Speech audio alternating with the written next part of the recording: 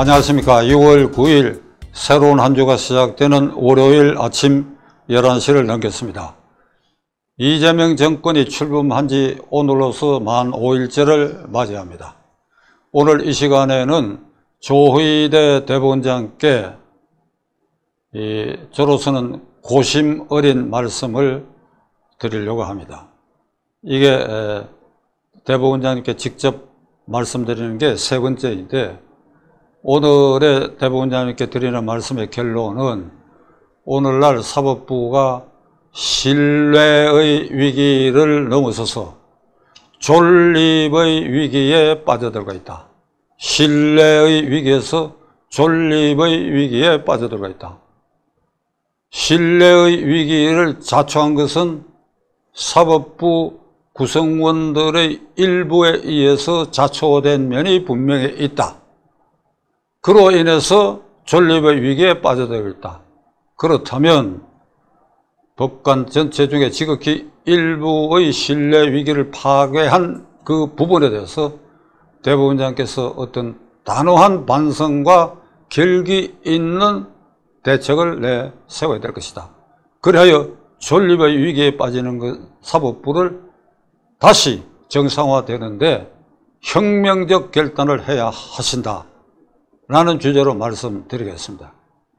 이재명 정권 출범하던 날 6월 4일 그 대통령의 취임서가 있고 난 그날 오후에 국회에서 이제 정권을 잡은 여당이 된 민주당이 1호로 한 일이 뭐냐? 법원조직법을 개정해가지고 대법관 수를 30명으로 늘리겠다는 법안을 법사위 소위에서 통과시킨 사실입니다. 민생, 통합을 주장하던 대통령이 취임사에서 이걸 강조해놔놓고 제1호로 법원조직법 개정안을 제안한 것은 자신의 사법 리스크를 벗어나기 위한 몸부림, 조치가 1호였고 그 대상이 사법부였다. 그 대상이 대법원이었다. 이것은 대법원과 사법부를 얼마나 얕잡아 보고 만만하게 보고 그래야 완전히 길을 들이겠다고 하는 취지라고 생각한다면 이건 사법부 수장으로서 대법원장 그리고 그 구성원 절대 다수의 양심 있는 법관들의 입장에서는 이건 소름이 끼칠 일이다. 소름이 끼칠 일이다. 이재명 피고인은 5건의 사건에 12개 범죄 사실로 현재 재판이 진행 중에 있습니다. 그런데 그 중에서 지금까지 1심 판결이 난 사건 또는 2심 판결이 난 사건 또는 영장이 기각된 사건 중에 4가지 사례만을 제가 쳐들어서 이것이 사법부 신뢰의 깨트리는 결정적 계기가 되고 있다. 이재명 앞에 가면 일부 법관, 지금 제가 이제 예시하겠습니다만 그 사건들을 담당한 법관들은 이재명 앞에 가면 무릎을 꿇었다. 이 현상이 사법 신뢰 위기로 이어진 것이다. 이제 예를 들겠습니다. 이재명 피고인의 1차 공직선거법 위반 사건은 이게 성남지원에서 최창훈 부장판사가 담당해가지고 1심 무죄 판결을 했어요. 고등법원에 가서 뒤집어가지고 유죄 판결을 했어요. 다시 상고심에 가서 잘 알려진 권순일 대법관 주재로 파기환송돼가지고 무죄로 파기환송해서 최종적으로 무죄로 확정됐습니다.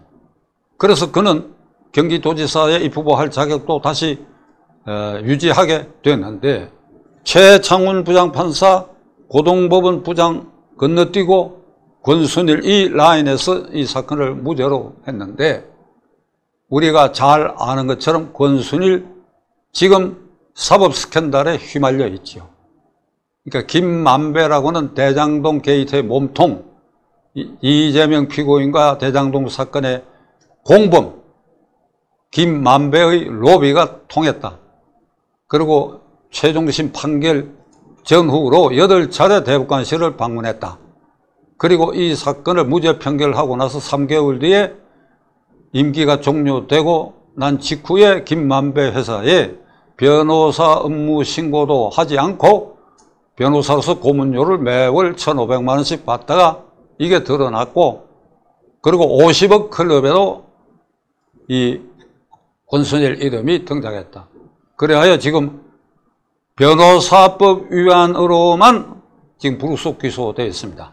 그러니까 최창훈 부장은 어찌 되느냐? 최창훈 부장은 그 뒤 대장동 게이트의 법정에서 유동규 씨가 증언을 하기를, 선사하고 증언하기를, 김만배가 말하기를 최창훈 부장 판사가 무죄로 판결하는 데는 180억을 투자했다. 이 법정 증언입니다. 이건 제가 대법원장님께 1차 직언 말씀드릴 때도 이걸 구체적으로 말씀드렸습니다. 이건 법관징계법에 의해서 사전의 사정 청취를 해야 할 사안. 그러니까 대법원과 법원은 수사권이 없기 때문에, 그러나 그 혐의가 짙다면 검찰에 고발할 수 있어야 됩니다. 지금 아무런 동력이 없습니다. 자, 이렇게 해서 이재명 사건은 1심 최창훈 부장판사, 대법원의 권순일 대법관이 이재명 앞에 무릎을 꿇었다. 상식 밖의 일을 했다. 범죄 혐의가 있다. 이렇게 꿇었습니다. 두 번째로는 위정교사 사건 1심 판결입니다. 그건 국민들 사이에 그 내용을 접한 분들은 그게 법원이 조롱거리가 되어 있다는 걸 대법원장님께서 인식하셔야 됩니다. 위정을 하라고 시킨 이재명, 그 말을 듣고 법정에서 위정을 한 이 사건에 어떤 판결을 했느냐? 위정을 시킨 이재명 피고인은 무죄고, 그의 교사를 받고 위정을 한 사람은 유죄로 판결했습니다. 그 이유가 말이 안 돼요. 대법원장님이 잘 아시겠지만 증거의 취사, 채택, 그리고 증명력에 대한 판단은 일반적 보편적 수준에서 판단하는 것입니다. 국민들도 보편적 수준에서 판단할 다 능력과 자격이 있는 국민들입니다. 이게 말이 됩니까? 하늘과 땅을 뒤집은 판결이에요. 그러니까 이 부장판사도 이재명 앞에 무릎을 꿇은 것입니다. 셋째로 2023년 9월 20일 서울중앙지법 영장 담당 판사 유창훈 부장판사가 이재명 피의자에 대한 일련의 모든 사건, 그러니까 대장동 사건, 성남FC 대북송금 사건 등 몽땅 묶어가지고 영장이 청구되고 다시 현역 의원이었기 때문에 국회에 체포동의안 여부를 요구를 했는데, 국회에서는 이재명 의원은 이 일로 구속돼도 좋다, 구속해라, 이렇게 구속 동의를 한 사건입니다. 유창훈 부장판사가 이 영장을 기각했습니다.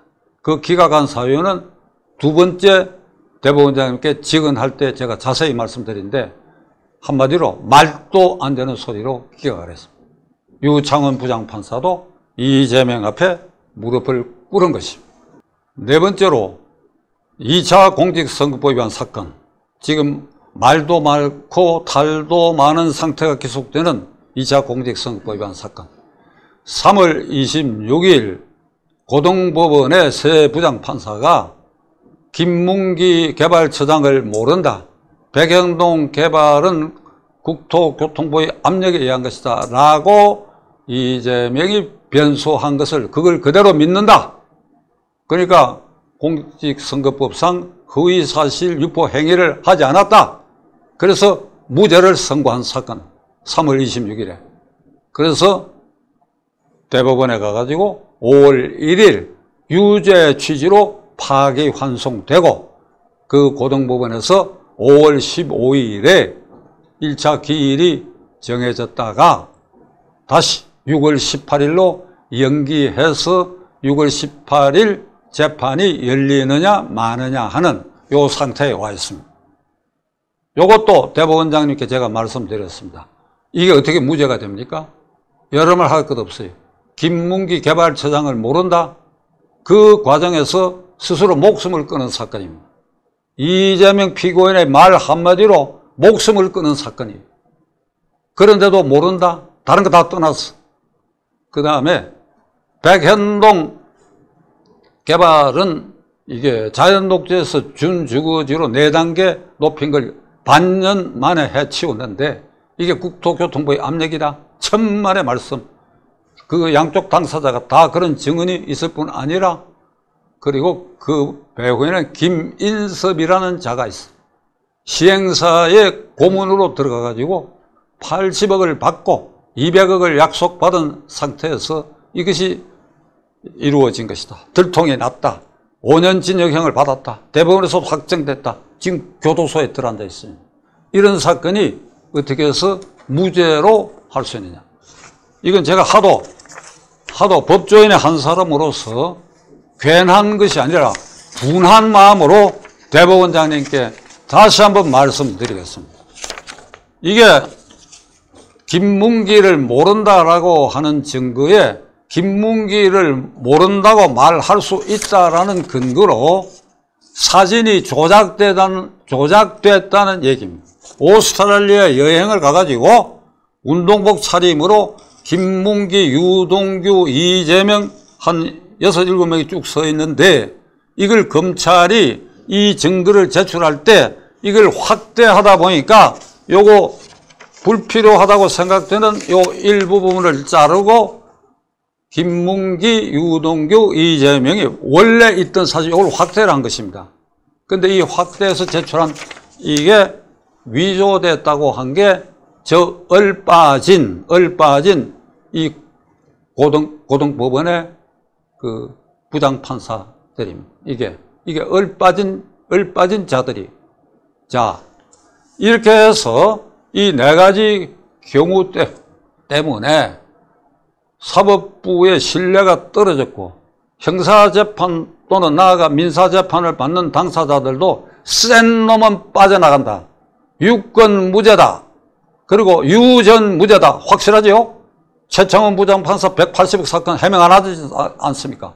권순희 고문료로 돈 받았지 않습니까? 그러니까 유전 무죄 플러스 유권 무죄다. 그러니까 사법부도 얼마든지 뚫린다. 신뢰 위기가 폭락한 겁니다. 이러니까 이재명 대통령 취임 선서한 날 오후에 국회가 1차로 그의 방탄을 위해서 대법원을 굴복시키고 사법부를 건져서 흔들기 위한 법원조직법 개정안 대법관 30명 증언하는 것. 베네잘레의 차베스를 닮아가는 이제 황제 대통령 길의 서막을 연거게 된 것은 1차로 사법부의 책임이 크다. 감히 저는 조희대 대법원장님께 말씀드립니다. 대법원장이 검찰총장과 달리 검사 동일체 원칙에서 모든 사건의 진두지휘권이 없습니다. 그러함에도 많은 국민들은 그래도 대법원장이니까 훈시나 훈련 등을 통해 가지고 법관의 사법 독립을 지키고 신뢰를 지킬 수 있는 어떤 그 조치가 있어야 될 것인가 하는 간절한 바람을 하고 있는 사람이 제 주위에 무수히 많습니다. 이런 분들 가운데 어제도 저하고 통화를 하면서 대법원장 좀 찾아가서 저더러 말씀을 드리라는 겁니다. 무슨 얘기를 6월 18일 2차 공직선거법 위반 사건 과감하게 재판을 진행하라. 이런 걸 가서 대법원장께 말씀드리고 대법원장이 그런 조치를 해야 될 거 아니냐. 헌법의 법관은 개별 법관은 헌법과 법률에 의하여 양심에 따라 독립하여 재판한다는 이 규정 때문에 대법원장의 지시 명령은 할 수 없다.